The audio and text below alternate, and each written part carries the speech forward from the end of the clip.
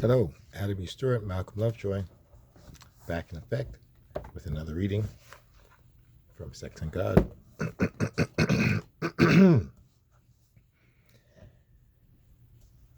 I was reading from The Guilt Cycle and The Police Officer in Your Head, and I was talking about Islam, but it applies to every religion.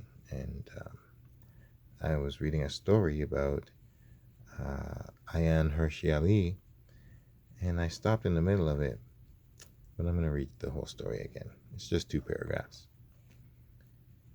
Ali says, I was having more and more sinful thoughts.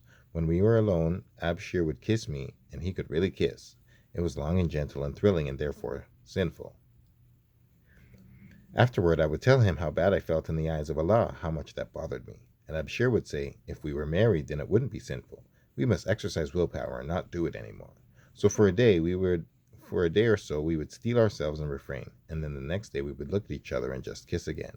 He would say, I'm too weak. I think of you all day long. Natural. She concludes, in hindsight, I don't think of Abshir as a creep at all. He was just as trapped in a mental cage as I was. Abshir and I and all the other young people who joined the Muslim Brotherhood movement wanted to live as much as possible like our beloved Prophet, but the rules of the last messenger of Allah were too strict, and their very strictness led us to hypocrisy. At the time, though, I could only see that either Abshir or Islam was thoroughly flawed, and of course I assumed it was Abshir. Cool. Sexual drive pushes a person in one direction. Religion uses the guilt cycle to push back. The internal conflict creates misery and self-blame, leading right back to the religion.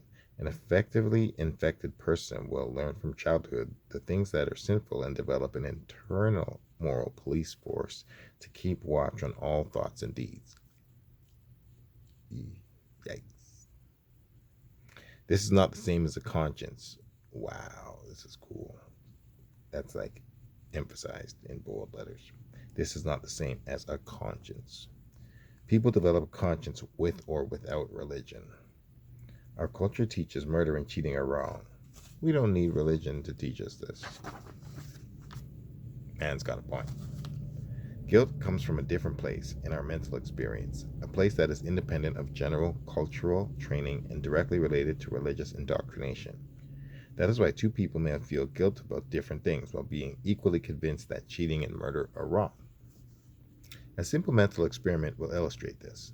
Mary, a Catholic, was raised from birth to go to Mass and pray each week. If she misses Mass, she feels guilty. Sally, a Presbyterian from childhood, was taught that church attendance is good, but not mandatory. If she misses church, she doesn't feel too guilty about it, just as long as she has a good excuse, like visiting her elderly grandmother. Judy, an atheist from birth, wouldn't dream of wasting a Sunday in a church and feels no guilt whatsoever. All 3 women firmly believe that cheating and murder are wrong and abhor such behavior. This thought experiment shows how each religion imprints a unique guilt pattern on their adherents, but has no bearing on whether a person is law-abiding or moral. Of course, there is also non-religious guilt. We usually feel it when we make a bad choice or mistreat someone, but non-religious guilt is directly related to a widely held cultural expectations, whereas religious guilt is clearly related to a specific religion. Using this model, it is possible to learn what people feel guilty about and trace it directly back to religious childhood training. Religious training may lead people to feel guilty when I don't put money in the offering plate at church, I promise to pray for someone and then forget when I say my prayers, I use the Lord's name in vain. I use that shit all the time. I feel no guilt. I think a lustful thought. I do pornography. I do sacred pornography. I feel less than 0 guilt for like my body, my soul, my mind, my heart, my future, my past. I can't express how I feel the opposite of guilt. I feel no shame. I feel no negativity. I feel no regret. I feel nothing bad about the porn that I make. I feel so good about it. So I feel it's like the best thing I can do for the world, pretty much. I'd say there's no pretty much, and it's not like I feel that it is the best thing that I can do with my life in the world. But religious training may lead people to feel guilty when I know someone needs to be saved and I don't witness to them. I walk by a beggar and I don't put any money in their can. I forget to bring a Bible to church. They have Bibles at church, don't they? I don't do what the Lord wants me to do, like go to the hospital to visit the sick. I don't spend enough time preparing my Sunday school lesson. I pray for selfish things. I put my loved ones above others. I feel conflicted over a decision, knowing that if I were a better Mormon or Christian or Muslim, the answer would be very clear to me. The list could go on and on. Religious guilt is a bottomless pit. The distinction between religious guilt and the more general cultural guilt is important in understanding how religion impacts the mental life of the religious people. Having a religious police officer in your head makes the job of keeping you infected with religion much easier. No religious police required. Sex and guilt. Growing up in a religious environment, children learn what not to do sexually. They learn that some practices or ideas, such as homosexuality, lust, masturbation, and pornography, are sinful. All four of those things are good.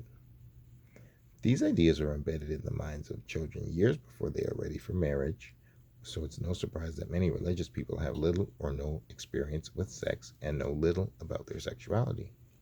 The guilt cycle that results from this training creates a form of self-censorship. Because so many sex acts and ideas are liable to lead to eternal damnation, people have strong incentive to avoid expressing or discussing secretly held ideas and interests. Fear leads to hidden thoughts and activities and prevents normal, appropriately channeled sexual expression. It's like damming a river. Sooner or later, the water will flow around or over the dam. Controlled release allows for benefits like recreation and irrigation and less potential destruction downstream. Simply damming water leads to problems. It's a funny, ironic metaphor, especially when you think of women and what religion does to women and women's bodies. And squirting. I am talking about squirting, orgasming, vaginas and vulvas. Don't dam that river. Sexually inhibited or frustrated people will eventually express sexual energy, but in ways that might be destructive of self or others. It could even go to murderous. They may even condemn those who express themselves freely and attempt to impose religious restrictions on them. Oh God, I hear it all the time. They may become inappropriately aggressive towards others or have secret affairs that undermine their family and relationships.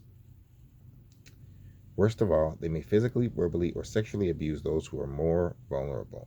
Ignoring sexual drive and energy is a dam without a flood control plan.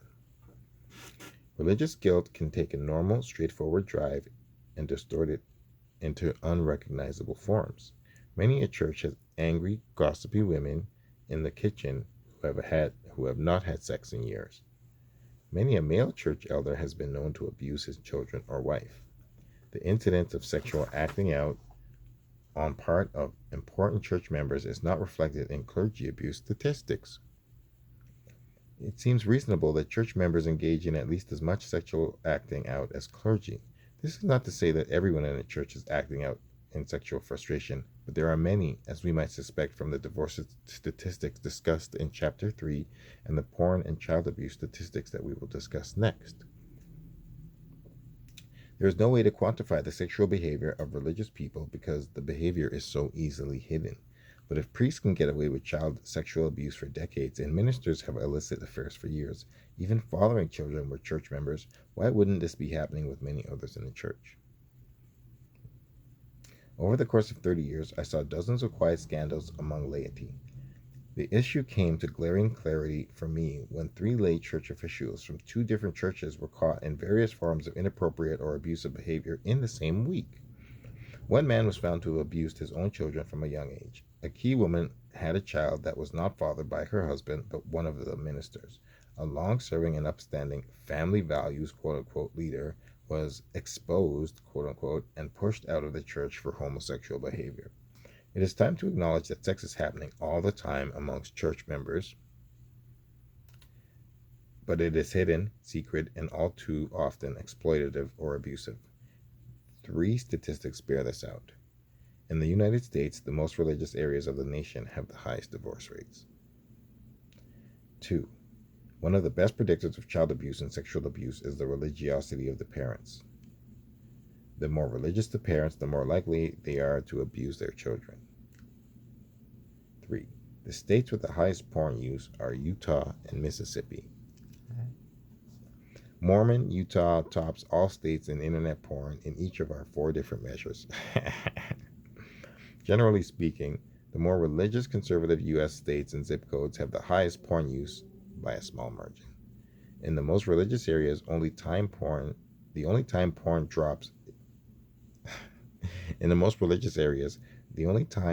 use drops is on Sunday, but it more than catches up for the rest of the week. Could these 3 statistics be related to religiously dammed up sexual desire? Obviously. Could these be proxies for the effects of religious sexual repression? Obviously. It seems to point to that direction. Well then, probably. Next, let's look at religious sexual guilt and how it impacts women more strongly than men. That's going to be a good, juicy, big one, because that's everything. That's slut shaming, that's the Eve myth, that's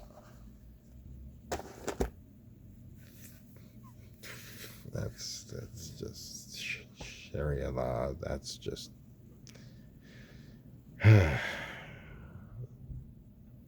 that's just disrespect to prostitutes. That's everything in the world. Oh, excuse me. But anyways, we've had fun. I just hope you enjoyed reading with me. Sex is God. Sex and God. Sex is love to me and love is God, but Sex and God, How Religion Distorts Sexuality, is a good book. Peace.